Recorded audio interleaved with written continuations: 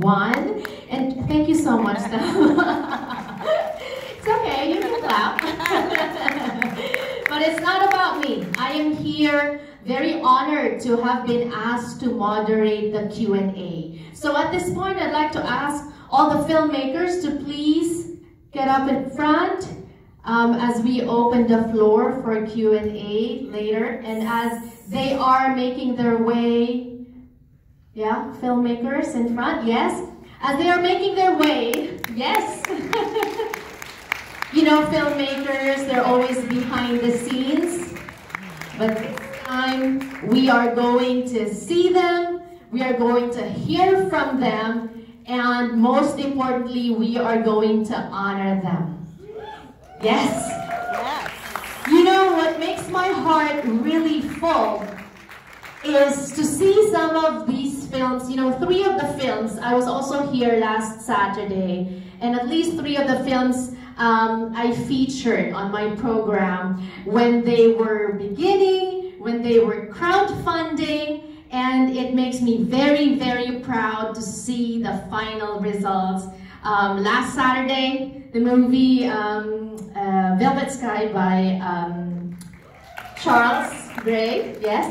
And today, of course, we have No Dogs and Face On, right? Yes. And you know, when they first came to us, to me on the show, they wanted more promotion, they wanted to discuss their projects. Also, they wanted for the community to support. And you know what, guys? There's so many ways to support. We can support by joining crowdfunding, by donating whatever we can. But there's also this kind of support where we show up for them, right? Like what we're doing this afternoon. So once again, give yourselves a round of applause for showing up. And of course, our filmmakers, hello. Yes, okay. All right, so we open the floor now to Q&A for those of you who have any comments or questions to any of our filmmakers in front. While you're still thinking, I'd like to also thank, of course, Asian World Film Festival for providing this much-needed platform for Asian American filmmakers. Also, would like to thank our sponsors, Rainmaker Global Holdings Corporation and FPACC. Much thanks to our event sponsor for Philippines Film Day, the Federation of Filipino American Chambers of Commerce, founded in 1996, FPACC, has over 35 chambers all over the US, Mexico, Canada, Philippines, and more, with the overall goal to support Filipino small business owners and entrepreneurs and to promote international trade. FPACC held its International Trade and Business Development Conference in Seattle, Washington this past August, and recently came back from a 2-week trade mission and medical mission in the Philippines. This November, we have our Mexico-Philippines commemoration event in Jalisco, Mexico, where we are also developing our Pueblo Filipino project. If you are an entrepreneur and or looking to start a business, please consider becoming a member of FPACC.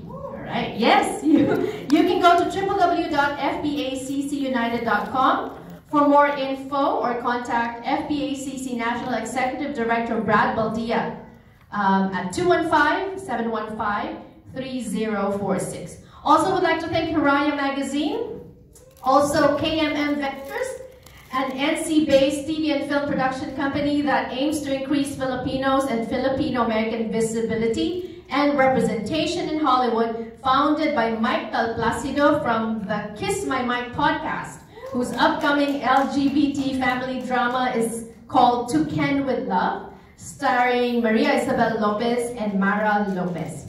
Yes, we have fans of Mike here. Also would like to thank ABS-CBN, who is presenting their new romantic comedy called An Inconvenient Love, starring Bel Mariano and Donnie Pangilinan. Yes, we also want to thank Tremendous Communications, Fil-Am Creative, and Mix. Yes. Thank you for supporting our filmmakers. Food sponsors, Paco J's Lambanog Vodka, Boozy LA, who are making customized free drinks for you all at the reception tonight. Yes. And handouts, which will be available at the reception tonight at 8:30, just around the building, following the Q&A with Eric Mati for On the Job, The Missing 8. All right, speaking of Q&A, our Q&A is now open for filmmakers. All right, we have one person up here. Thank you. Okay, I kind of have a lot of questions, so bear with me. I was going to ask for, is the director of Incondicional here? Yeah? Okay! Alright. I'm just gonna say, I loved it. It reminded me of my great-grandfather. He went through something very similar as well. And I noticed that you had a great focus on diegetic sound with your sound design, and I really admired that. And I wanted to ask about, like, what was that choice of not really utilizing sound, music in the film? And also, I was wondering about I think I kind of noticed the theme of butterflies, or like wings, you know? So I wanted to kind of ask about that. Yes, thank you. Hello, my name is Alex Mary, the director of Incondicional. From Pampanga. Yay! Yes, thank you. Yes, so the music, the choice of music for me, my process is really, I really feel the scene, and I go through a series of sounds and whatever speaks to me that I feel like the music, when the scene and music kind of married together, and then it make me feel something, and that's when I'm like, okay, I made the choice. I was like, this is, I feel like, the one that I can do. And then, as far as, throughout Incondicional, there's so many symbolisms and Easter egg that also incorporate, like ties with the story. So butterflies are one of them to symbolize its rebirth and transformation, a renewal. So that's the one for the butterfly.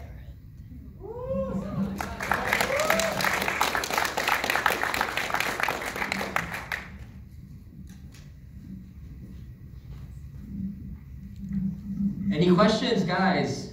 All right, we have one over here. First come, first serve on these hand raises. Hello, well done on your films, everyone. I actually just wanted to go across and maybe introduce yourselves in your films and also your inspiration for your stories. Yeah, that's a great question. That's a great idea. Hold on, let me start. What do you want to start there, Mark? Yeah, thanks, Mark. Hi, my name is Cameron Rankin. I was the writer, director, and actor of Angel Wings, and as you saw, thank you so much, guys.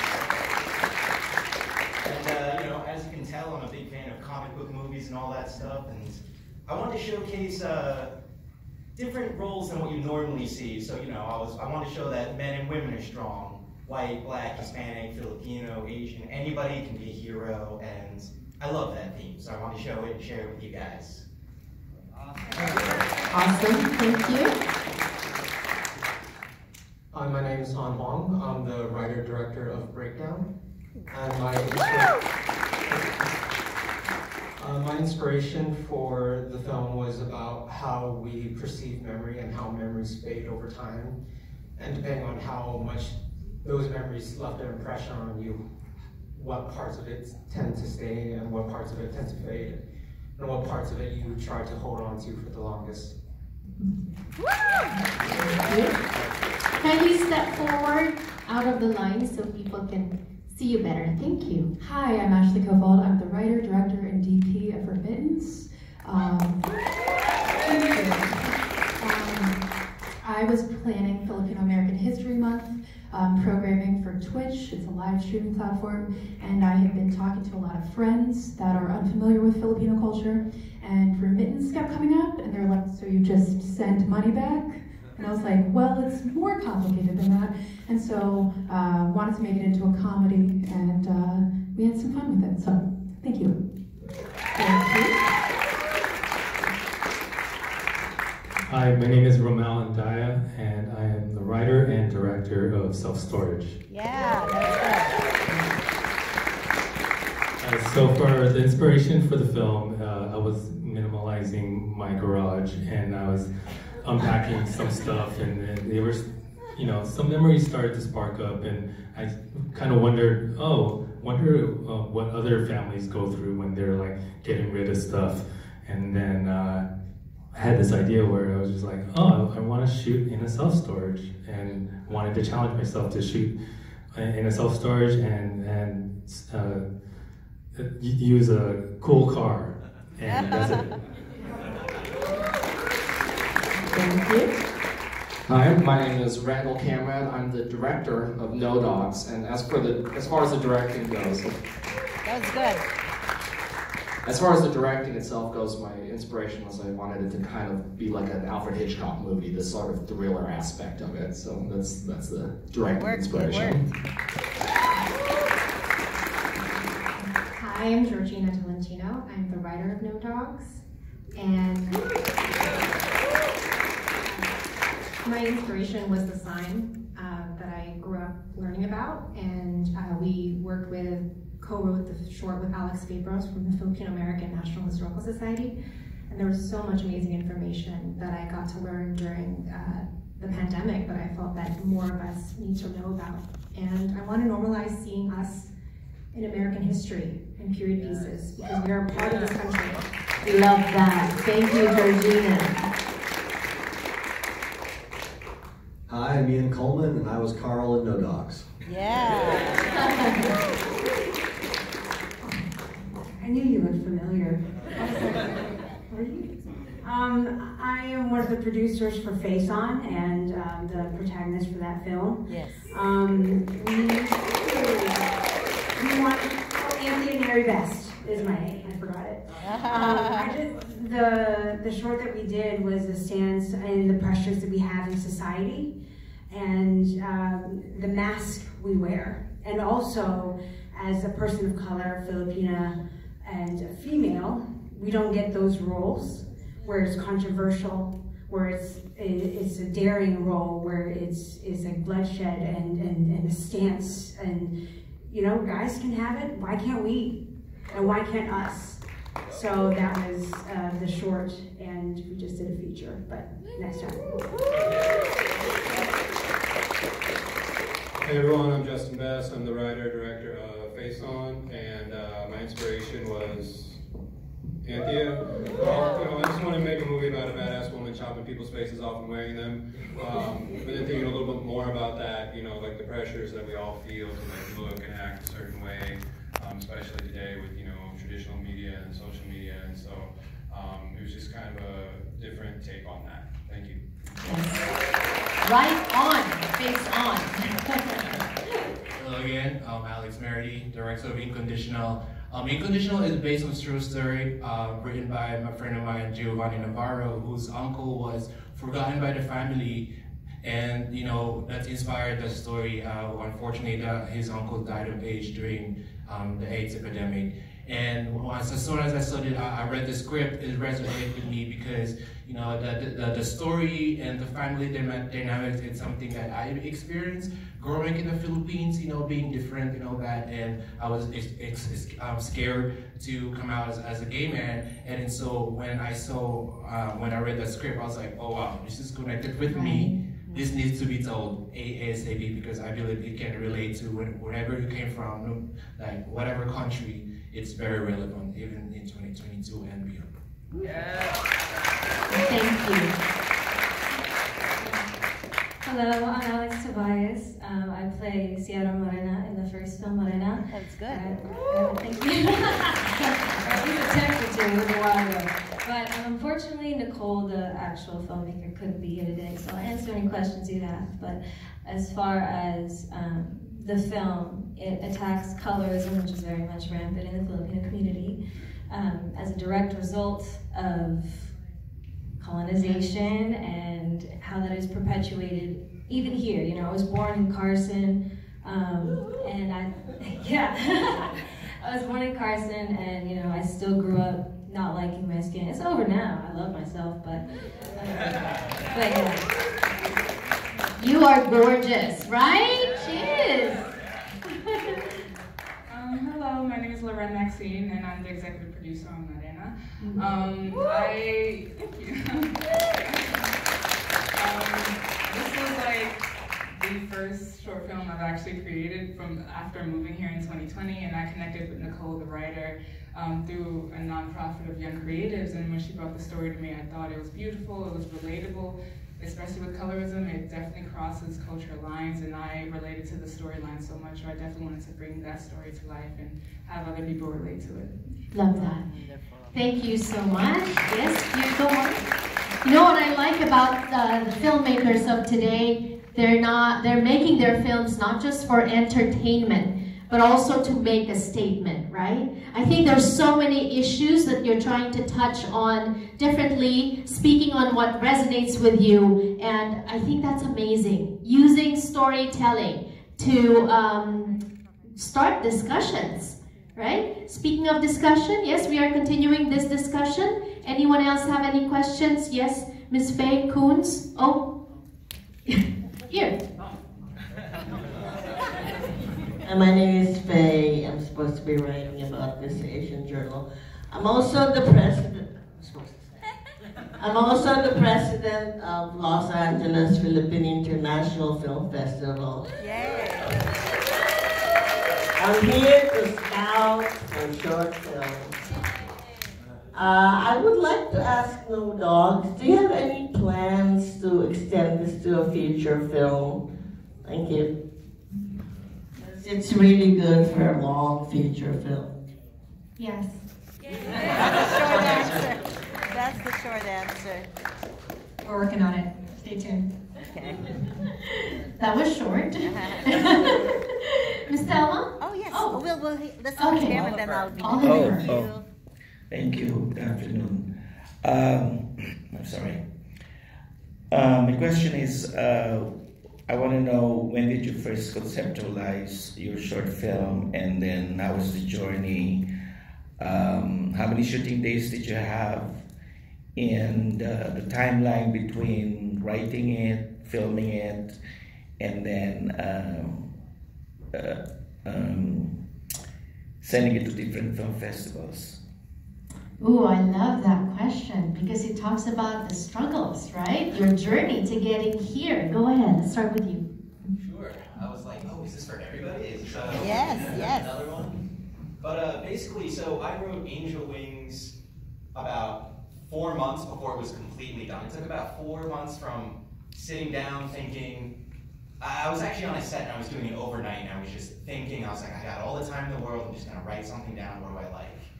And from there, I wrote for about 2 or 3 weeks. I showed it to my amazing friend who's actually at work right now, Nick Simotis, who's the director and editor, and he was like, holy crap, we need to shoot this. This is amazing. And I brought all my friends over and we started shopping it together. My 2 friends are back there, Erica and Danny, my other producer friends and stunt people. They're pretty badass.